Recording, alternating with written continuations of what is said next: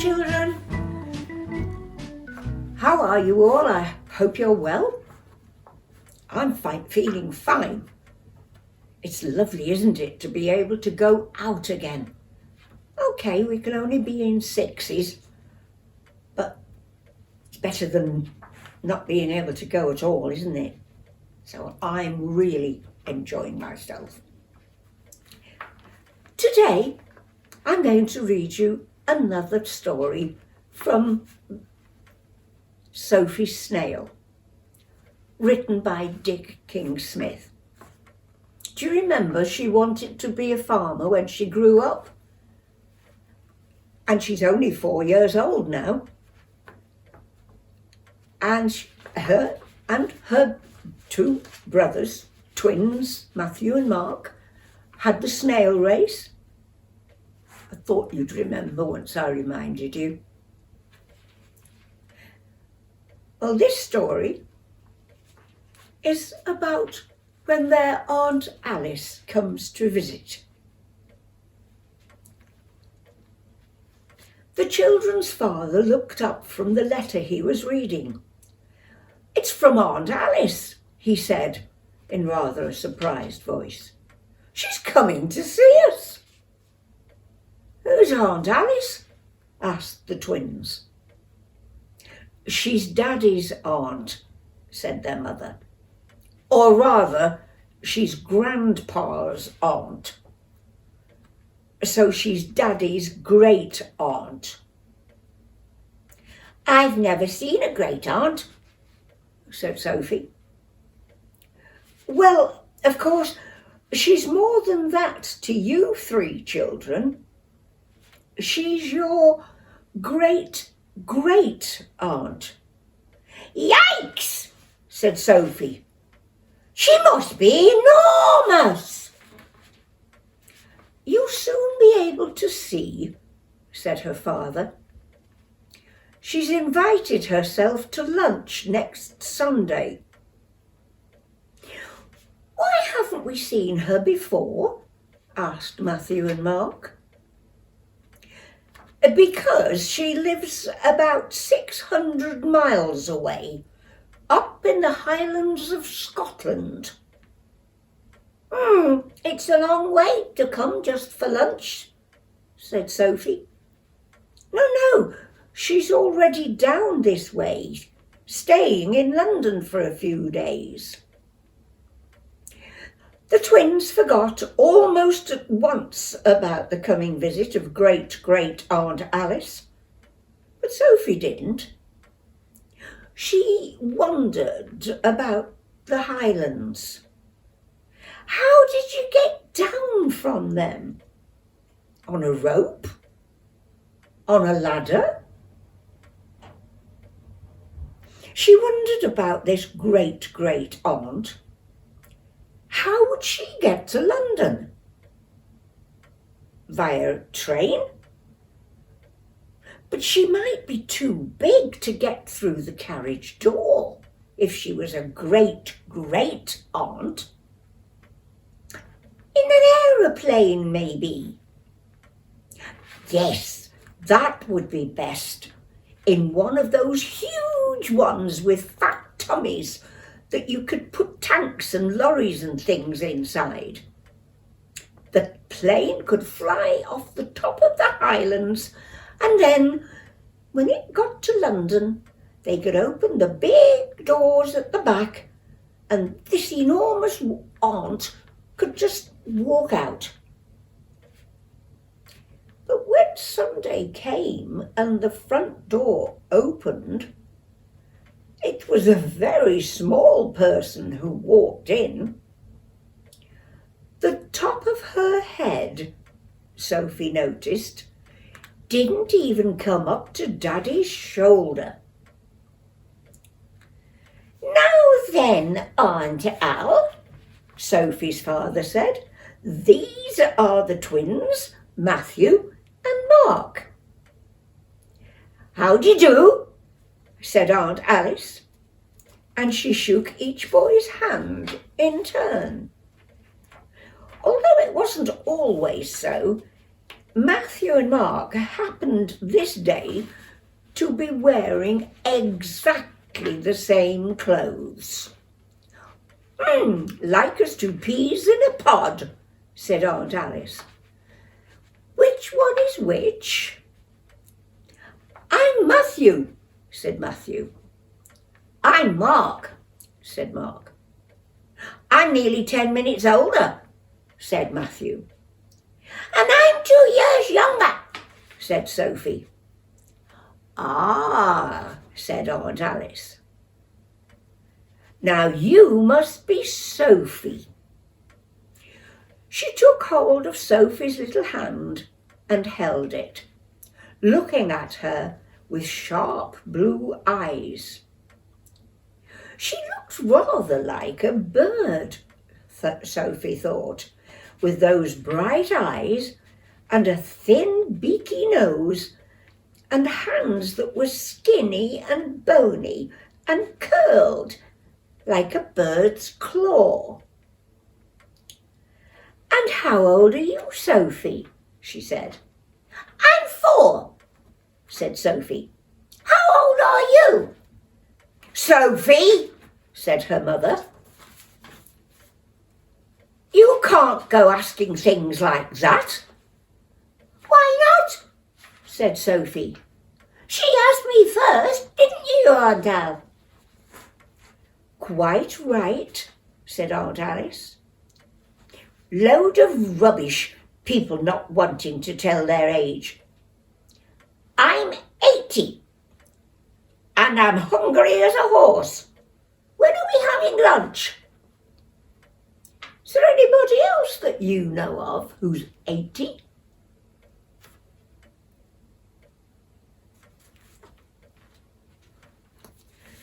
After lunch, Sophie and Aunt Alice sat on a swing seat on the lawn. Sophie's parents were doing the washing up, and the twins were playing with a football at the far end of the garden. Aunt Alice's small shoes just touched the ground, and she swung the seat gently back and forth. Sophie sat beside her, feet sticking straight out, and looked directly at the bird face. That's not kind, is it? Calling her that. I don't know about a great-great-aunt, she thought. Looks to me more like a small aunt. What shall I call you? She said. Same as everyone else does. Aunt Al. It's nice and short, just like me. Are the Highlands very high, Aunt Al? Asked Sophie. Quite high. And cold? Oh, quite cold. Lots of snow? Masses in winter. Polar bears? No, said Aunt Alice, but lots of lovely creatures, like golden eagles, and blue hares, and red deer. They sat swinging on the swing in silence for a while. Then Sophie said, It sounds nice. I wouldn't have bothered coming down off the top of those highlands just to go to London if I were you. I don't do it very often. But there were a few things that I wanted to do. Like coming to lunch with us? Of course. And doing some shopping. And seeing about my will. What's the matter with your Will? Said Sophie. Is he ill? Aunt Alice gave a little chirp of amusement. But before she could answer, the twins came running up and stood side by side in front of her, grinning. And I think before we go any further, I will just show you a couple of pictures, not photos. There's Aunt Al shaking hands with Sophie on her arrival. And you can see why Sophie tends to think she's got a bird face, because she's got this short little beaky nose and these glittering eyes behind the glasses.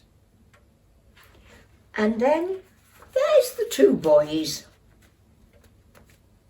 come to stand in front of their great aunt, with Sophie in the background.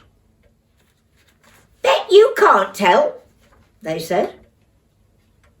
It was a game they never tired of playing.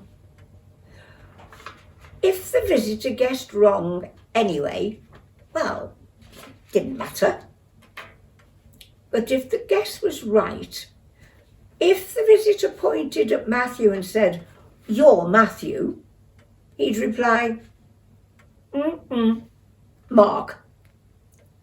And if Mark was correctly chosen, he would say, "Matthew." So they always won. "Aunt Al,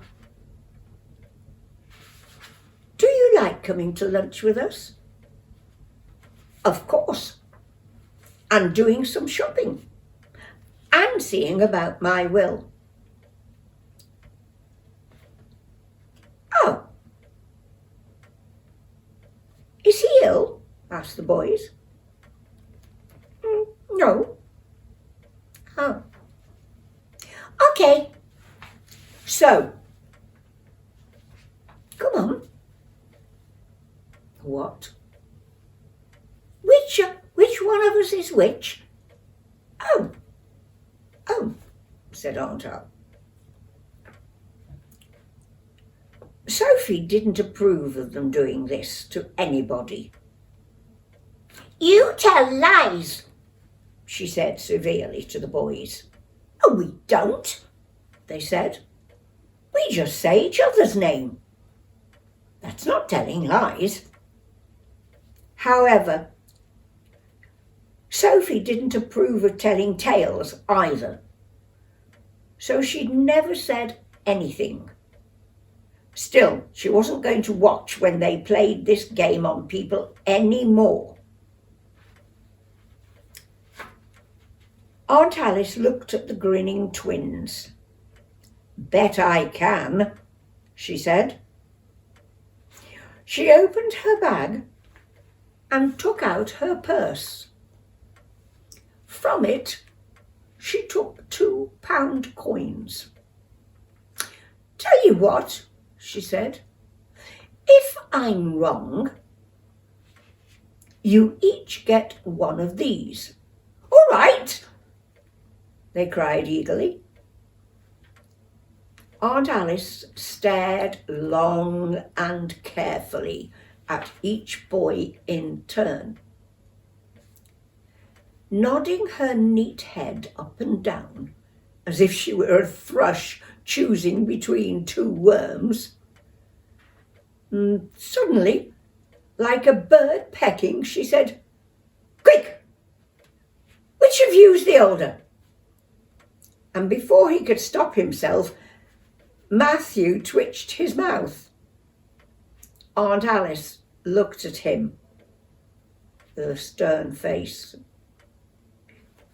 "You," she said deliberately, "are Mark." "No!" they both shouted delightedly. "No! You're wrong." "Honestly?" said Aunt Alice. "Honestly?" they said. In that case, I'd better pay up." When Matthew and Mark had run off, whooping and cheering, Sophie came plodding back. She climbed onto the swing seat.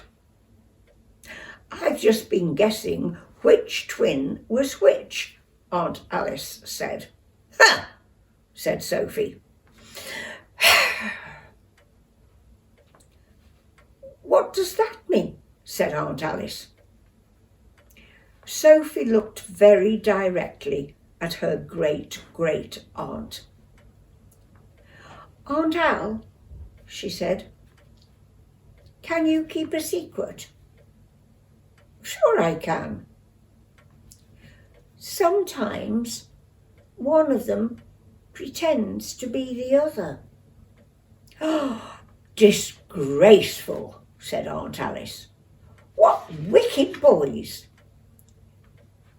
Oh, I don't know so much, said Sophie. They're all right, really. They just get overexcited.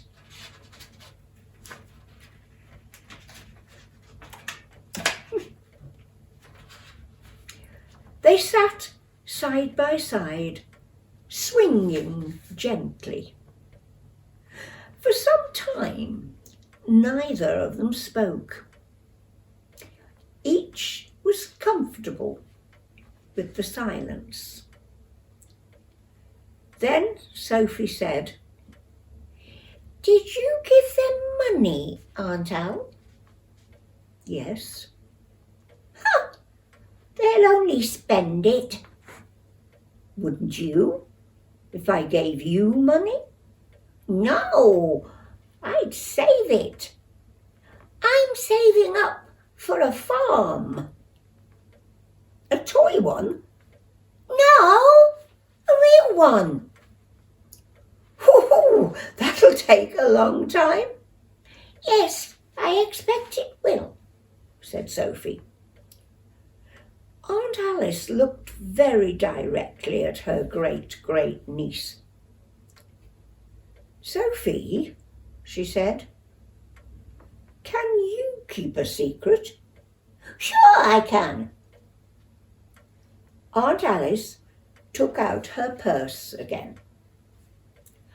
I gave the boys £1 each, she said, but I'm going to give you £2.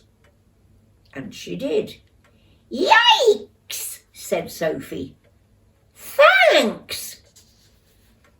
After all, said Aunt Alice with a grin, it's not your fault that you're not twins.